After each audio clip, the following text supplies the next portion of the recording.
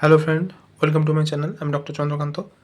আজ আপনাদের মিষ্টি খাওয়া যদি সম্পূর্ণরূপে ছেড়ে দেন তাহলে কি কি সমস্যা হতে পারে বা কি কি উপকারিতা, আজকে সে বিষয়ে আলোচনা করব। চ্যানেল নতুন, চ্যানেল সাবস্ক্রাইব করবেন। চলুন শুরু করে যাক। তো মিষ্টি খাওয়া ছেড়ে দিলে শারীরিক এবং মানসিক উপকার অনেক পাওয়া যায়।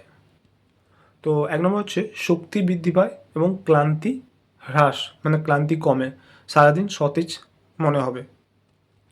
ওজন নিয়ন্ত্রণ করে, অর্থাৎ ওজন কমাতে চাইলে মিষ্টি ত্যাগ করা একটা কার্যকরী উপায়। লিভারের স্বাস্থ্য, অর্থাৎ অতিরিক্ত চিনি বাদ দিলে লিভারে চর্বি কমতে শুরু করে। কিছু গবেষণায় দেখা গেছে চিনি বাদ দিলে, অর্থাৎ মিষ্টি কম খেলে কিডনির কার্যকারিতা বাড়তে থাকে। এছাড়াও ধমনীতে ইনফ্ল্যামেশন বা প্রদাহ কমাতে চিনি ত্যাগ করা উচিত।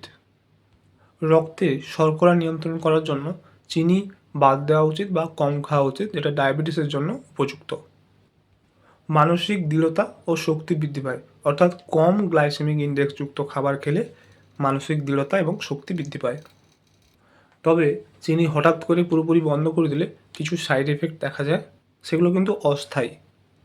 যেমন মাথা ব্যথা, ক্লান্তি, মেজাজ পরিবর্তন। তো এগুলো কিন্তু অস্থায়ী লক্ষণ, এগুলো আবার ঠিকই হয়ে যায়। তো আজকে জানলেন যে চিনি বাদ দিলে, অর্থাৎ মিষ্টি খাওয়া কমিয়ে দিলে, মিষ্টি কম খেলে কি কি উপকারিতা পাওয়া যায়। অর্থাৎ মিষ্টি খাওয়া ছেড়ে দিলে কি কি উপকারিতা পাওয়া যায় এবং হঠাৎ করে যদি ছাড়া হয় তাহলে কি কি সমস্যা হয়, সেটা আজকে জানলেন। যারা ডায়াবেটিস তাদের জন্য তো এটা খুবই গুরুত্বপূর্ণ। তো আজকের ভিডিও এই পর্যন্ত। চ্যানেল নতুন, চ্যানেল সাবস্ক্রাইব করবেন, ভিডিও লাইক করবেন। Thank you for watching.